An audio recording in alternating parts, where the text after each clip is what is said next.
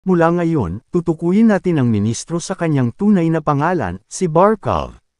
Nang biglang, binuksan niya ang pinto at nagsumbong kay Roland, at ipinaalam sa kanya na malapit na ang Month of the Demon. Ang Month of the Demon.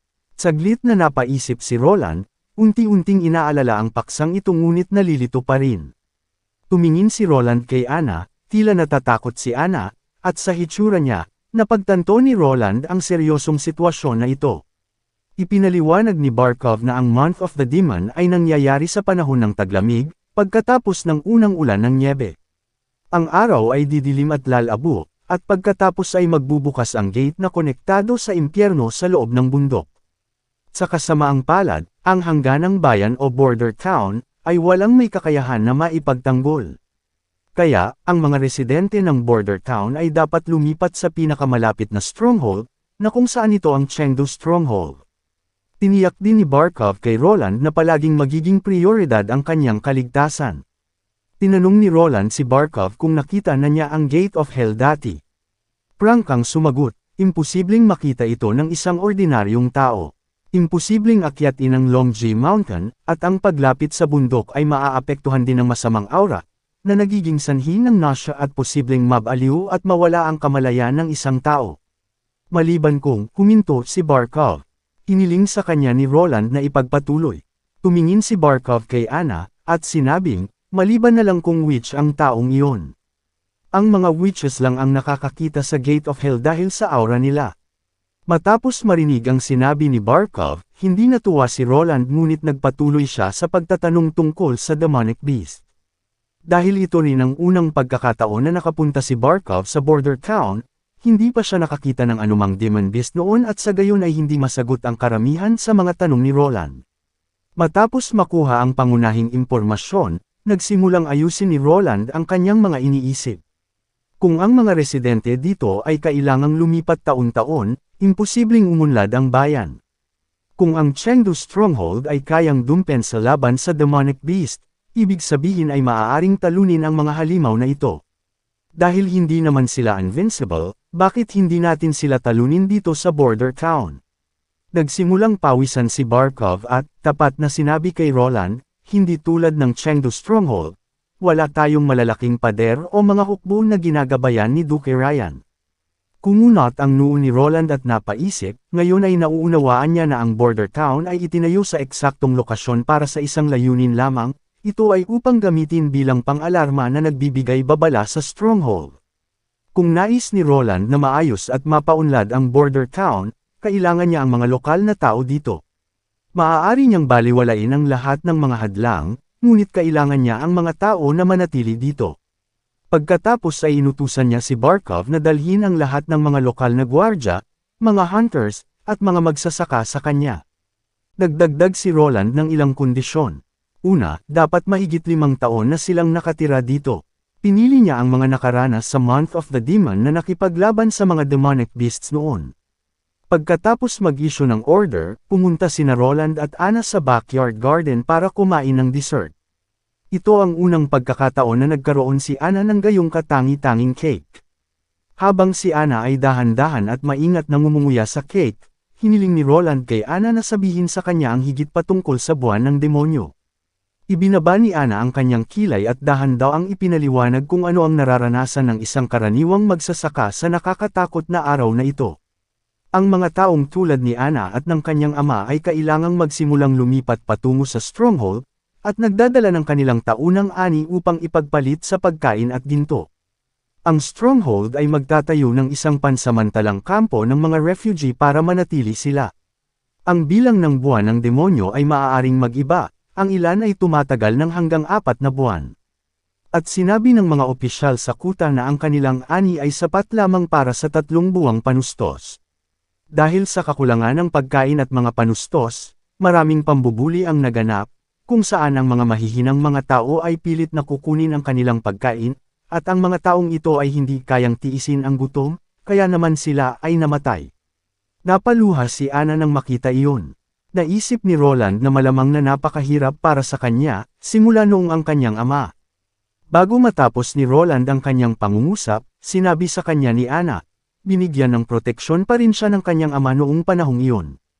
At sandaling may katahimikan sa pagitan nilang dalawa.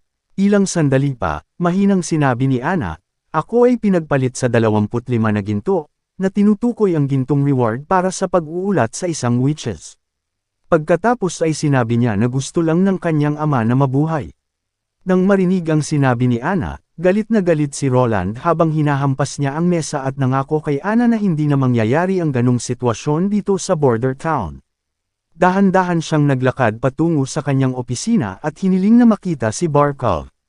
Sa tabi ni Barkov, mayroong 3 lalaki, 2 sa kanila ay mga gwardya, at isang lokal na hunter. Ang 2 gwardya ay ang patrol captain na namamahala sa fire beacon. Taon-taon ay nakakaalarma sila sa mga kalapit na kuta tungkol sa pag-atake ng demonic beasts. Ang hunter na ito, isang matangkad na maskuladong lalaki na may asul na buhok at may malaking peklat sa kanyang mukha, at nagsabing hindi lamang siya nakalaban ng demonic beast noon, ngunit napatay din niya ang 2 sa kanila. Tumingin si Roland at sinabihan ang 3 lalaki na isa-isang magpakilala. Ang binatang gwardya ay labis na kinabahan nang makipag-usap kay Roland, marahil ito ang unang pagkakataon na nakakita ng isang prinsipe sa malapitan. Nauutal siya habang nagsasalita, sinabi kay Roland na kapag nagsimulang mag-snow, sisindihan nila ang fire beacon sa tore sa Northside Mine. Kapag nakita nila ang demonic beasts na dumaan sa kagubatan, mabilis silang babalik gamit ang isang secret passway. Itinuro ni Roland ang isa pang gwardya, hinihiling na siya ang sasagot sa mga tanong, tinanong kung ano ang hitsura nila at kung maaari silang patayin. Kinabahan din ang isang guard na parang pinagpapawisan sa loob ng helmet niya pero at least hindi nauutal. Pagkatapos ay tumugon siya sa pamamagitan ng pagsasabi kay Roland na ang mga demonic beast ay mga normal na hayop lamang na na-infect ng masamang aura, na ginagawa silang hindi pangkaraniwan ang mga ayos at agresibo.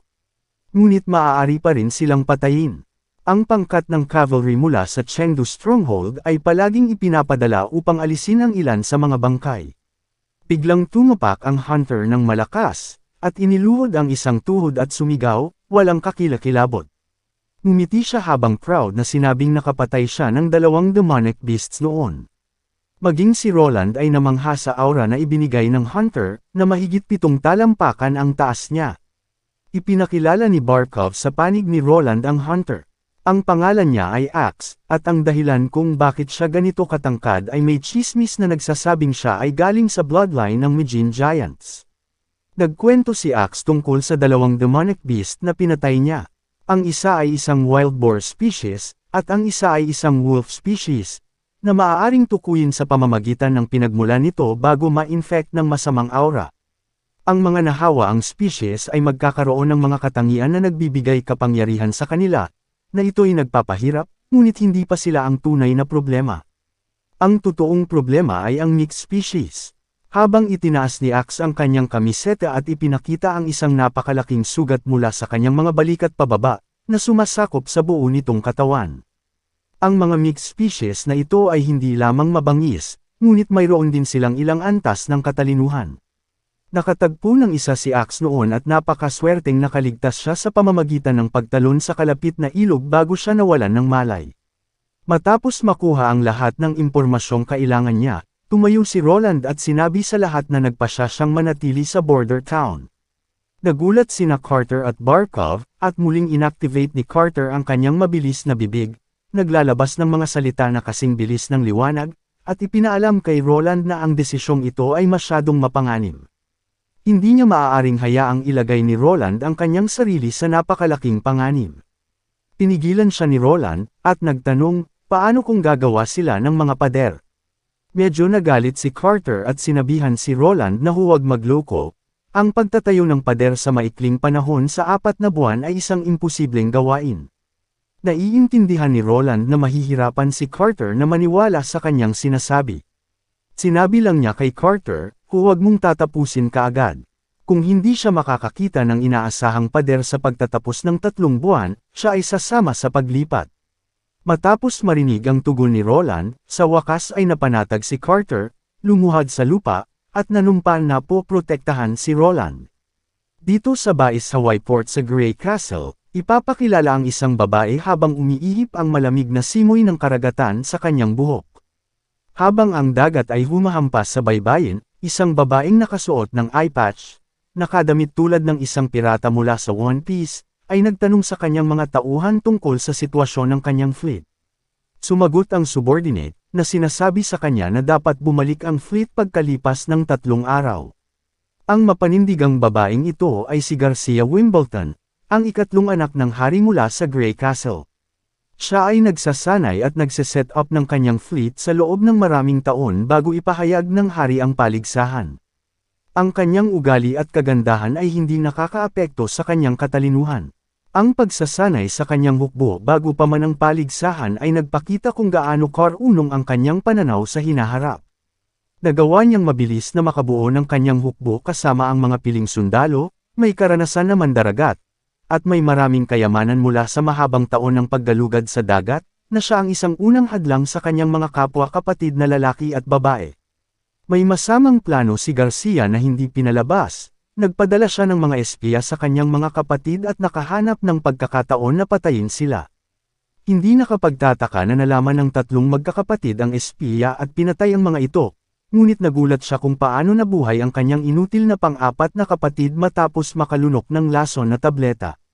Nakatanggap siya ng sulat mula sa espiya na nagpapahiwatig na nakita niyang nilunok ni Roland ang lason na tableta sa harap ng kanyang mga mata.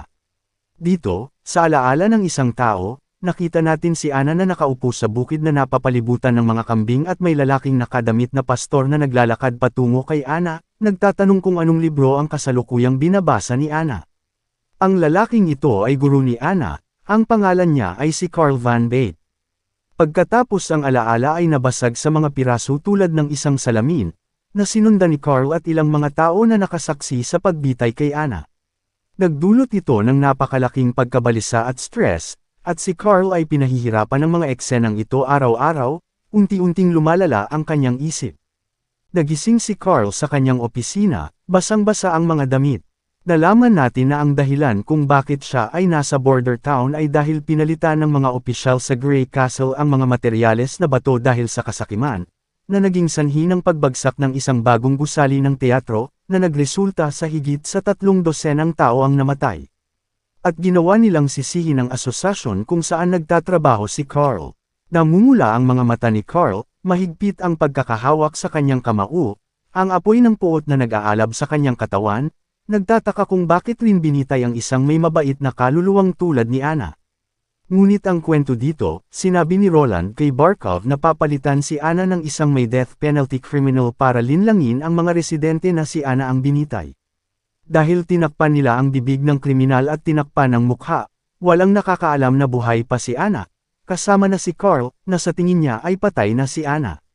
Bumalik sa kwento, ang mga kakilakilabot na tao ay narito. Sumasayaw sa pera at natupad ang kanilang kasakiman. Si Carl ay dumungaw sa bintana, bigo sa kahariang ito na nabubulok ang sistema, puno ng hindi pagkakapantay-pantay, malaking pagbubuwis, mga sikim na opisyal na hindi pinahahalagahan ang buhay ng mga mamamayan nito, at nagpapadala sa isang inosenteng babae sa bitayan. Tinanong niya ang Diyos, ano ang tunay na kasamaan? At, pagkatapos, isang katok-katok. Pinuksan ni Carl ang pinto at nakita ang batang babae na umiiyak. Galit at nag-aalala ang dalaga. May nararamdaman siyang mali sa kanyang katawan, at natatakot siyang matulad kay Ana, nanginginig sa takot at hindi alam ang gagawin. May kung anong pumasok sa isipan ni Carl. Kumunot ang noo niya, nakakunot ang noo habang nakatingin sa batang babae sa kanyang mga mata at sinabing paprotektahan niya ito, pagkatapos ay tinapik siya sa ulo. Naglalakad si Carl sa kalye, nanghihinayang sa hindi pagtayo kapag sinisisi ang kanyang asosasyon, at nanghihinayang rin sa hindi pagtayo ng binitay si Ana. Hindi niya maaaring mangyari ang parehong bagay kay Noah, ang pangalan ng maliit na batang babae na nakita natin kanina. Naputol ang pag-iisip ni Carl nang marinig niyang may sumisigaw sa likuran niya. Lumingon siya at nakita ang isang kumpol ng mga tao na nagkukumpulan sa harap ng billboard. Marami sa kanila ang tumatawa, parang ngayon lang nila narinig ang pinakamagandang biro sa buhay nila. Isa itong abiso sa trabaho na ipinadala ni Roland. Ito ay isang piraso ng impormasyon sa recruitment na naghahanap ng mga taong magtatayo ng pader, na nag-aalok ng mga posisyon tulad ng stone grinders, craftsmen, handymen, at stonemasons, na may sahod mula sa 12 bronze sa isang araw hanggang sa isang kahangahangang 1 ginto bawat buwan. Laking gulat ni Carl nang makita niya ang huling linya ng recruitment notice. Isinulat dito, ang mga taong nagpapakita ng kahusayan ay gagawaran ng posisyon ng opisyal. Naisip ni Carl ang isang tsismis dati sa border town, na si Roland ay may espesyal na personalidad at labis na ayaw sa banal na simbahan. Naalala niya ang nakita niya sa execution, nagpakita si Roland ng hindi pagpayag na bitayin si Anna. Baka iba ang pananaw ni Roland sa mga witches. Ito na ang huli at tanging pag-asa ni Carl. Sa kabilang banda, naglalakad sina Carter at Roland at sinusuri ang mga dingding. Tinanong ni Carter si Roland kung gaano kataas ang gusto niyang itayong pader, at sinabi ni Roland na gusto niya na ang pader ay hindi bababa sa 5 metro ang taas at 2 metro ang lapad, sapat na malaki para sa 4 na tao na magkasamang lumakad. Saglit na napaisip si Carter sa blueprint ng pader, kinakalkula kung gaano katagal ang kailangan niya. Sinabi ni Carter na kahit may mga lalaking na-recruit sila, matatapos lang ang proyektong ito sa susunod pa na taon sa buwan ng mga demonyo. Ang pangunahing problema ay titiyakin ang katatagan ng pader. Ang mga bato ay dapat makahanap at may patong ng maayos. Hindi gaanong nagpaliwanag si Roland ngunit sinabing semento ang kailangan, na nagpagulat kay Carter. Nagtaka si Carter kung ano ang semento. Makalipas ang ilang sandali, dumating sina Carter at Roland sa estrukturang itinayo kamakailan ni Roland, na siyang silid sa paggawa ng semento. Iniisip ni Roland sa kanyang isipan, ang pag-alam sa hilaw na materyales para makagawa ng semento ay karaniwan, at mahahanap niya ang lahat ng ito sa border town. Ngunit ang temperature ay mahalaga. Hindi matindaan ni Roland ang eksaktong temperature at walang mga tool o makina para makontrol ang temperatura. Bago matapos ni Roland ang kanyang pag-iisip, bumukas ang pinto, at lumabas ang init at singaw mula sa pinto. Sinabihan ni Roland si Carter na manatili sa labas. Naglakad si Roland patungo sa pintuan, at doon nakatayo si Anna. Sa likod ng pinto, puno ng mga batik ng alikabok sa kanyang mukha at siya ay nakahubad. Inabot ni Roland sa kanya ang kanyang robe at tinanong si Anna kung kumusta ang lahat.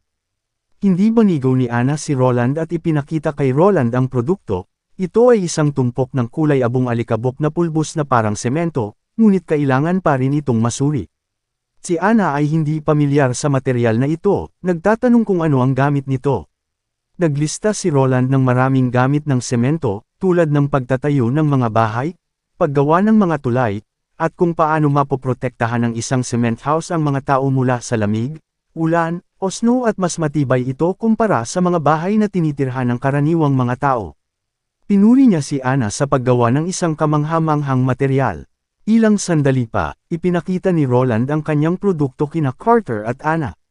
Namangha si Carter sa produkto at sinubukan niyang buhatin ang semento, sinubukan ding buksan ang bitak matapos masubukan ang lakas ng semento. Sinabi ni Roland kina Anna at Carter ang kanyang ambisyon, gusto niyang sabihin sa iba pang bahagi ng kaharian na ang mga witches ay tunay na pinakamahusay na waifu. Si Roland ay nag-focus sa kanyang aktwal na proyekto. Pagkatapos ng mga araw ng pagsusumikap, nakagawa si Anna ng maraming sako ng mga semento at kasama ang mga taong na-recruit ni Roland, at sa wakas ay nasa tamang landas ang proyekto. Ipinakita mismo ni Roland, ibinaba ang kanyang status upang ipakita sa mga residente kung paano haluin ang semento, na nagpapataas ng moral sa mga manggagawa, at ang lahat ay nagtatrabaho ng husto. Bagamat may motibasyon ang mga manggagawa, napakabagal ng pag-usad ng proyekto, at ang mga paghuhukay ay mukhang mas masahol pa kaysa sa imburnal. Bagamat si Roland ay dating engineer ngunit hindi isang civil engineer, at wala siyang ideya kung ano ang gagawin ngayon. Nakakasakit ito ng ulo kay Roland, nagkamot ng ulo. Samantala, dumating si Barkov upang iulat na may isang stonemason ang na-recruit at dating nagtatrabaho sa Grey Castle Stonemason Association. Naalala ni Roland na isa itong sikat na asosasyon ngunit na-disband. Hindi na kailangang sabihin, sinabi niya kay Barkov na dalhin ang stonemason upang makita siya. Kinagabihan, at bumalik si Roland sa kanyang opisina, nakaupo sa tabi niya si Anna. Nakangiti siya habang nagbabasa ng libro na parang made of art sa mata ni Roland. Natarante si Roland at nag-ambala ng boses ni Carter, at sinabi kay Roland na nandito na ang stonemason.